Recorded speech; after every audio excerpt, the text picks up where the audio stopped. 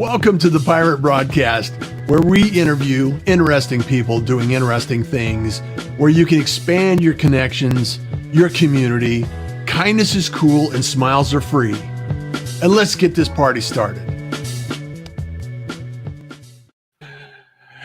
This always makes my day a little brighter when I can start the Pirate Broadcast. And interesting people doing interesting things is only the tip of the iceberg. We have phenomenal guests and people in the pirate community that are making connections, introductions, and having conversations, real conversations.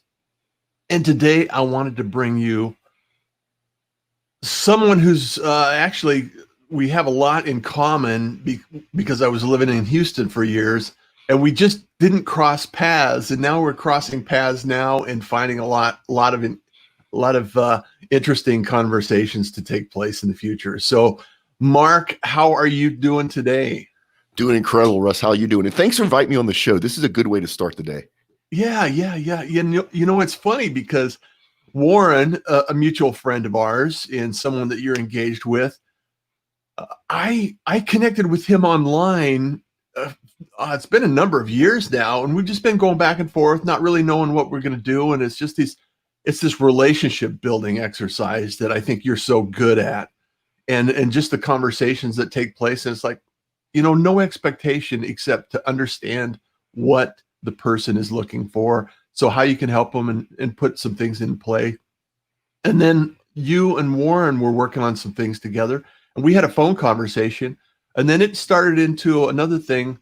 And, you know, one thing led to another. And then pretty soon we're creating some shenanigans with this podcast. And you got a podcast OGGN network that is huge. It's over 1 million downloads, and you got multiple broadcasters and, you know, podcasters and people involved in this exercise. Tell people a little bit about the network and what you're doing and how this came about. Okay, I'll tell everybody, keep this quiet. I'll tell you the secret. I'll tell you the truth. So about 6 years ago, my marketing guy came to me and said, "Hey, we should start a podcast." And I looked at him and said, "That's the stupidest idea I've ever heard of. Go do something to make me some money." And Russ, you ever have somebody just literally bug you until you say yes, and you say yes just so they'll go away and leave you alone? So he bugged me about this podcast forever. And finally, I just said yes, so he'd go away. And so we start the first oil and gas podcast, and 3 months into it, Red Wing Boots calls me and goes, "Hey, we want to sponsor your podcast." And I almost said, "Why?" But the old sales guy in me kicked in and said, "Let them talk." And that was the beginning of what we sit on now. So we have 11 oil and gas podcasts as of today. We'll have around 20 by the end of this year. We just acquired a podcast. And if you would have told me 5 years ago that I would be buying podcast audiences, I would have told you you're insane. Yeah. All of our shows are sponsored by big companies. And so we're living the dream. Even during this crazy COVID-19 lockdown world that we're in, our business is doing really well. And I feel a bit guilty because so many of my peers are hurting right now. So we just decided to write more charity checks this year, to kind of help out in a kind of a different way. Well, it's funny because it's evolved over time, and also your audience is a very specific audience. So, you know, if you're not in the oil and gas industry, you know, people may not be aware of the value that you bring to the table and the industry as well. And I think it's really fascinating because this is really the value of the podcasting environment in the world. You know, that's what, like the Pirate Broadcast, you know, it has a certain niche and a certain audience and a certain community, just like OGGN. You know, the oil and gas industry is very well connected. I mean, they build on relationships, and a lot of people know the same people. And, you know, it's a big, small industry, as I call it. You know, same in the telecommunications business when I was there. A lot of the same connections move around. You know, they know each other, they meet each other. And if you can get your audience to have conversations with a podcast and attract that audience, then the sponsors are happy to get in front of that audience. Yeah. So you're absolutely right. And the interesting thing about oil and gas, to your point, it is an enormous global industry, but it's very small. It's still a business of people doing business with people. Yeah. And what has happened is we have this new younger workforce has come in, right? My generation is the one that's retiring, leaving. And this new younger workforce learns differently than my generation, right? So my generation, if I wanted to learn about through tubing services, I'd go to a conference and spend my company's money and spend 3 days watching PowerPoint presentations. This new younger workforce, if they want to learn about through tubing services, they pull this out, right? And it's da da da da. And this is where the podcast lives. So our success is really based upon our ability to educate through storytelling, which is what we're doing right now on your broadcast. Is we're educating through storytelling, and there's a lot of power in that. There's absolutely a lot of power in that. And I just want to recognize the effort and the energy and the amazing success you've had. And I applaud you for your effort and setting the example and setting the bar high for other networks that can go out there in other industries and do this. And you set the example. So hats off to you, applause, and a round of silent applause. And if you're not connected to Mark, get connected to Mark, reach out. Reach out to me on LinkedIn. Just don't tell me you're a financial advisor and you're good. Yeah, tell him Russ sent you and you're tell him Russ sent me. Yeah, Russ, if we can pull this off as super niched as we are, I mean, literally all of our shows are about the oil and gas industry. Yeah. And by the end of this year, we're gonna have 20 separate shows. If I can pull this off in this industry, anybody can pull this off anywhere else. It's just a matter of doing the right things and learning from other people that have done it, that have went ahead of you. We had one of your events, actually, we had a recent global event that I helped out with. And it was amazing to me to see the diversity in the efforts in the podcasts that were available. And also it was in the same arena, but there's a lot of diversity in the same place. So it's amazing, and it was interesting to me to watch that unfold. Yeah, so our industry is truly global. So the people that work for Chevron in Brazil are not Americans, they're Brazilians. And the people that work for Chevron in Norway are Norwegian. And we love that. We embrace that, right? Different cultures, different ways of thinking, different processes. That's what makes this industry so successful. Is it's an engineering-centric industry, but along with the engineering, there's some art. Right. And that art is different when it comes from different parts of the world, different cultures. It's a wonderful thing. It's amazing. It's amazing. I want to give a highlight and a shout out to some of the people here because Wendy, she says, hey, this will be another push back my morning meeting day. So ahoy pirates from around the world. And we got some LinkedIn users that for some reason, some LinkedIn users, and I don't know if you know, Mark, why that is that way, but good morning, Kathy. How are you today? Thank you for being here. Do you have any questions? If anybody has any questions, Islam, wonderful day. And then, hello, I'm writing a book that prevents a new universe. I'm not sure what that's going to look like, but maybe we can talk about that. So, Thomas, wish you all the best. Ozeal, Ozeal. Ozeal? Yeah, podcaster from Houston there. So, but I just want to talk about the hey, Angie's here in the room. I just want to talk about a little bit how you evolved because we all have a roadmap and we're all thinking, well, if I have this right microphone, if I have this the right software and all of these things, but it's not really about that. It's about the podcasting and the content and the relationship you build. So take us back a few years, when you were first starting out, and what kinds of things were you thinking about or mapping out in your process that allowed you to grow like this, Mark? So probably the biggest thing, and I want to back up a little to your point. I'm a gearhead too. For all y'all people out there that are waiting on the next mic or the next camera to start something, stop. And start producing content now. I'm speaking on an $80 microphone right now, Audio-Technica mic. I don't need a $1,500 microphone, right? You don't need one either. Just start putting content out there. And honestly, it's going to suck in the beginning, but you got to get through that. You got to get better. But back to your question, Russ, it's one of the advantages I had is I came from an enterprise sales background, right? I'm used to selling to the biggest companies in the world, the Exxons and the Chevrons and the Halliburtons of the world. And that's a different world. It's about understanding the ability to read a P&L, understanding the actual problem that you're solving. What is the cost of that problem? That sort of stuff. And so when we started the first podcast and when Red Wing reached out to me, I realized, hey, there's potential here really big potential. So the first thing I did is start asking questions. So instead of me putting out content that I thought the audiences might want, I started asking people in my industry, what kind of content would interest you? And that was the beginning of the first podcast. The first podcast was a news podcast. It's now our number one podcast, Oil and Gas This Week, because neither political side, neither news side gets the story right about my industry. One side hates us, and one side doesn't know what we're doing. The industry wanted news for them, and that was our first show. Yeah. And then really one of the other secrets, it's not really a secret, but one of the other factors of our growth and our success is our audience. So we're now, we're well over 1 million downloads. We'll be at 2 million downloads by the end of this year if we stay on track. We're in 182 different countries. And so literally every day I have people reach out to us and say, hey, Mark, can you start a podcast on oil and gas pipelines or oil and gas finance or oil and gas artificial intelligence? And we keep track of the top 20 because we know there's a demand there.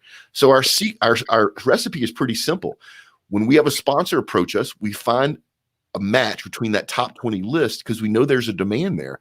So I totally support and love passion podcasts, right? But if you're going to do it as a business, you need to fill a niche in the market. And really, it's really easy to find that niche if you just start asking people who are in that industry questions on what type of content would you like to see. It's really brilliant that you position it that way because going deep into a subject really allows the audience to grasp the information and also follow the thread in that industry. Like you were saying, there's probably a lot more in the podcasting space that you could develop in terms of podcasts on different subjects within your industry. And there would be an audience. There'd be a niche audience for that subject. And I think that's the strategy. You're going to continue to grow the podcast in your business. I would imagine. You want to speak to that a little bit? Yeah. So the other thing to remember about podcast audiences is the power is not in the size, right? Mm-hmm. The power is in the engagement. Yeah. Russ, you have a YouTube channel. I have a YouTube channel. Let's say you had 1 million subscribers, and let's say I had 2. Most people would say your YouTube channel is more valuable. Yeah. Now, what if my 2 subscribers are Kim Kardashian, Oprah Winfrey, and they're active? That's a different story. So that's what podcast audiences are. Our smallest audience, which is around health, safety, and environment, is our most engaged. I literally could get on the microphone and say, hey, go to this website, give me your social security card number and your date of birth and your address. And a lot of them trust us so much they would do it. Now, I would never betray that trust. Yeah. But when I say, hey, look at these gloves, these safety gloves, you ought to try a pair, they do. Yeah. That's the power in the podcast. It's not the size of the audience, but the engagement. And the more niched you are, the more that you're feeding information that is valuable to that niche, they're naturally more engaged the audience will be. Yeah, and it's interesting. I just want to add a little caveat to that. And it's the audience that is buying 1,000 pairs of gloves, not one pair of gloves, right. not one pair. It's like, it's a number of. The other thing that I think is fascinating about your model, and I wanted to have you kind of share a little bit, is the visibility in the overall industry that these other podcasters bring to the table that also allows you information to come back to you that allows you to have more accurate information in the industry. Because all of a sudden you're having different resources and different conversations and the other podcasters in the arena are having these conversations as well. So that information, it feeds into the global information that you can share with the niche audience. And I think it just really compounds it and just expands. Yeah. So we were the original oil and gas podcast. Now globally, there's about 60 others. We don't see any of them as competition. We see them as family. I do everything I can to help them. And to your point earlier, we did this live stream event, which Russ needs to take a lot of credit because he was in the back making everything work. And a minute and 37 seconds before we launched, we get a note saying we have too many people signed up. We had over 4,000 people waiting. And so my team went to work, Russ went to work. My team was telling people to drop off, and we launched. And if you watch it, you can't really tell the chaos that was going on behind the scenes.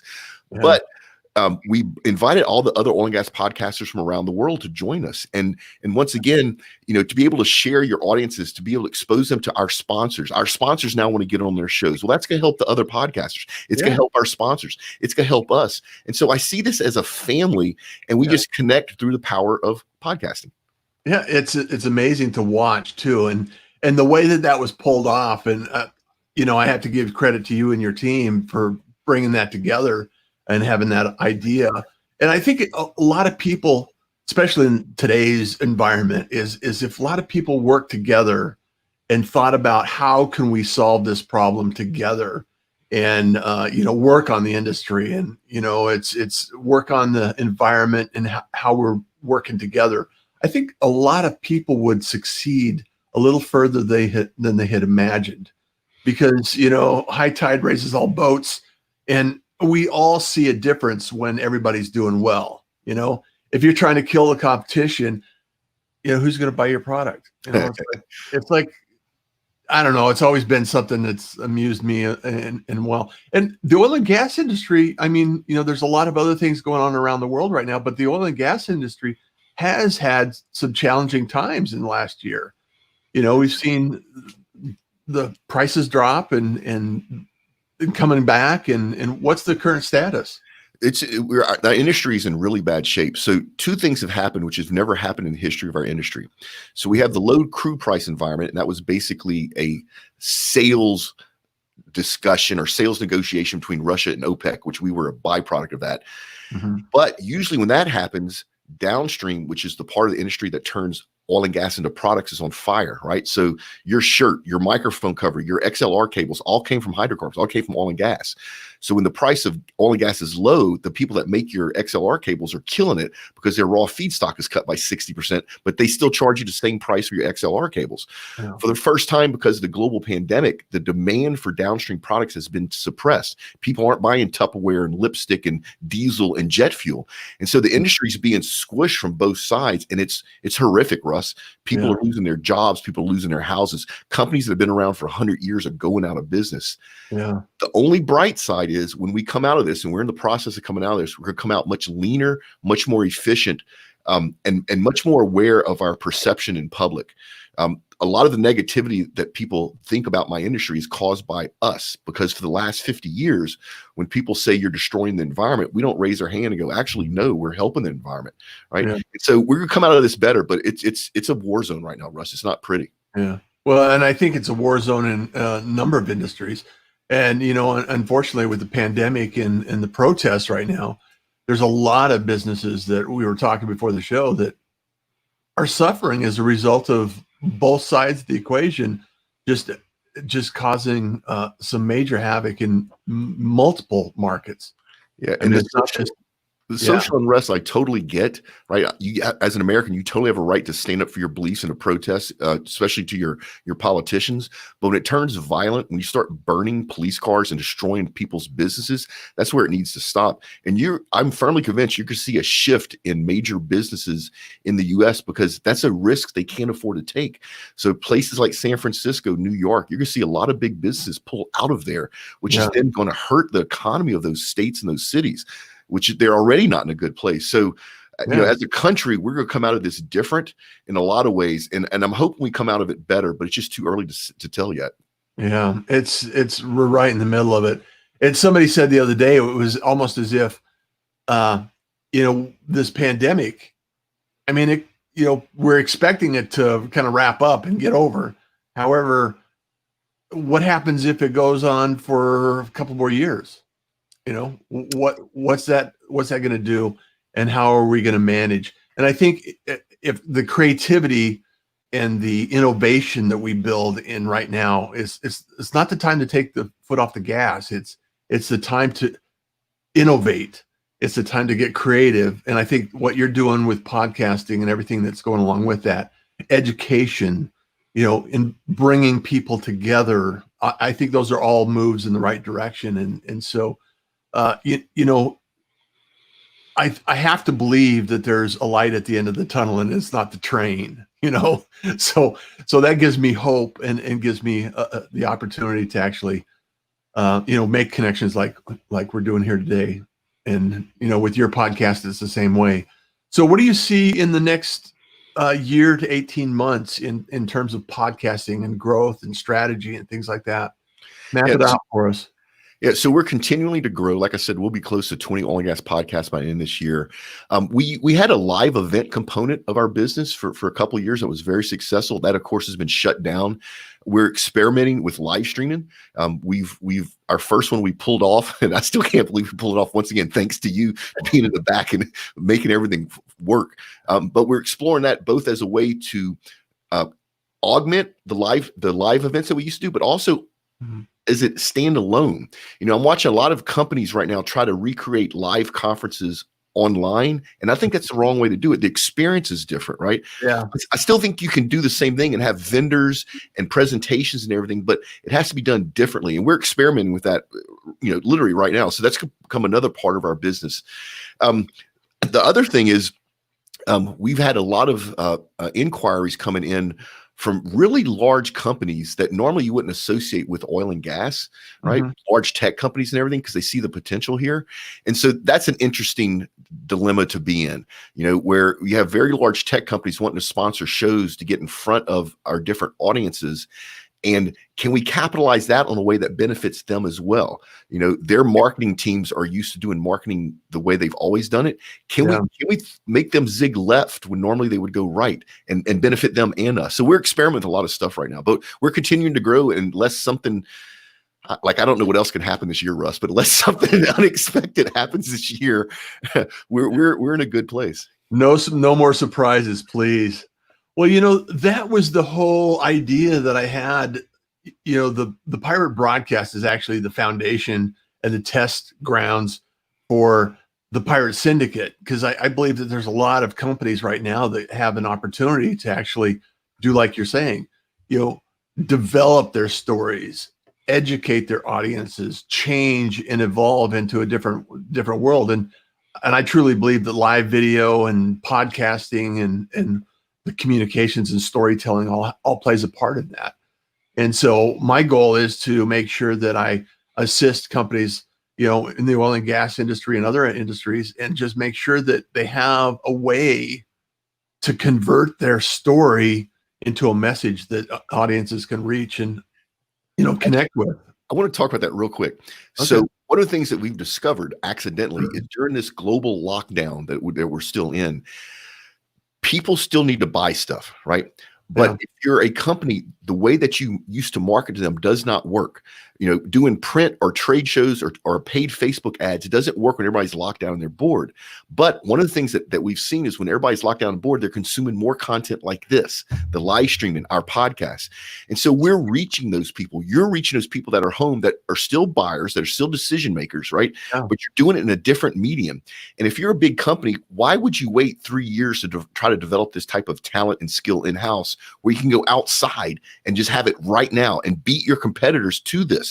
It's been very lucrative for us. And so, I challenge people that work for big companies to think outside the box. You can still market right now. You can still sell right now. It's just the way that the tools that you use are different. Be okay with that. Experiment a little bit. And I know you're an advocate for relationship building, and a lot of my business is directly based on the relationships I have. I don't have a huge marketing advertising budget that I spend, thousands of dollars every month on. And so, or like these larger businesses, millions of dollars a month on, it's like, and I think that there's a value and an advantage that you can have by taking that storytelling and that podcast and inserting that into your community and allowing people that are interested in receiving that information in a different way. It's unique, and it's like a lot of companies haven't adopted it yet. And a lot of, early adopters like yourself have taken, in fact, you got into it kicking and screaming. It's like no. And all of a sudden it's definitely been beneficial for you. So you develop it. To your point about relationships, I used to say that you couldn't build relationships online, and I was completely wrong about that. You can still build friendships and intimacies online not to the same degree as you can in person, but pretty darn close. You look at our sponsors. We have some pretty decent sized sponsors. We have Amazon, we have IBM, we have Technique FMC, Baker Hughes, Hewlett Packard, right? Yeah. They're sponsoring us for the results that we drive for them. But we drive those results in a very transparent, non-salesy, non-marketing way. We basically educate our audiences on what IBM's doing or what Amazon is doing, right? And then the audiences want to learn more. They trust us. And so then they reach out to these companies. So it's a different paradigm, but it works. And it works well for everybody. We don't just benefit from it. Our sponsors do. And the people that have a problem solved because they learned that IBM can help them with that problem, they benefit as well. I want to pop in here and so Kathy was saying, great info. Going live through video podcast seems to be the way to build relationships with one's audience and create one's tribe. I couldn't agree with you more. Yep. Diana, Dancing Diana in LinkedIn. Howdy. She's from Australia, back on the other side of the world. We got lots of cool style wall, Mike. Thank you. I get that a lot, by the way. That's fantastic. And just listening and learning, great info. Love the vibe. So, Mark, so what kind of nuggets of knowledge, in general in this time? I know that you've been going through a lot of changes in Houston and Texas in general. I'm here in Arizona. We just had a spike in the coronavirus, people proven, positive. And so overall, what would you like to leave with the pirate community today? That words of encouragement, knowledge, some wisdom that you can leave with people today that can give us some hope. Yeah. So a couple of things. So regardless of what your philosophical or religious background is, I firmly believe that the reason we're on this planet is our relationships with other people. So nurture those relationships, help people, right? See what you can do to make their life a little bit better. See if you can help them solve problems. It's 10 or 15 minutes, right? Once a day. And it makes it's better for everybody. It makes this world a better place. The other thing is, don't be afraid to get outside your comfort zone. And I know people say that all the time, but I literally mean pick up your cell phone, shoot a video, post it online. I don't mean think about it, just do it. We're all human. We all make mistakes. But if you want to get into this world, this new world, and what we're doing right now, I think is going to be an important part of the world moving forward. You have to take that step. You have to take that leap of faith. I had to do it. I have 10 podcast hosts that work for me. They all had to do it. All of them heard me tell them in the beginning that you're going to suck in the beginning, you're going to get better. And they all did it. And they're all doing really well. So people just put something out there, be your authentic self. And I promise you, it'll make this world a better place. Well, I really appreciate the fact that you took the time today to come on board and become a pirate. You are now officially a pirate. So thank you for that. And I know that our paths will cross, and it's amazing that we hadn't met when I was in Houston the first time, because I did a lot of networking and everything else in the industry, and it's like just happened to be parallel streets on a different block. But I'm glad that we're connected, and thank you so much for sharing this information with us and bringing a little different color to the Pirate Broadcast. Pirate Broadcast. Yeah. This has been great, Russ. Yeah, it's fun, and it goes really well, and it goes quickly. And as sometimes we can get on these roles in a subject and everything else, and time just flies. And podcasting, how do people get a hold of you? It's the same way. And just what's the best way for people to get a hold of you? LinkedIn? Yeah, LinkedIn's the best way to get a hold of me. And if you want to check out the podcast, just go to oggn.com. That's oilandgasglobalnetwork.com, OGGN. That website will have links to all of our podcasts and also our videos. That's awesome. So the next show's coming up. How often do you broadcast? The podcast or the live stream? Yeah, the podcast. So, dude, I got 11 podcasts. We put out one a week. I can't even keep track of them anymore. What about your podcast? So I'm on the podcast that I personally have an interest in. So I have an oil and gas technology podcast because I'm secretly a geek, right?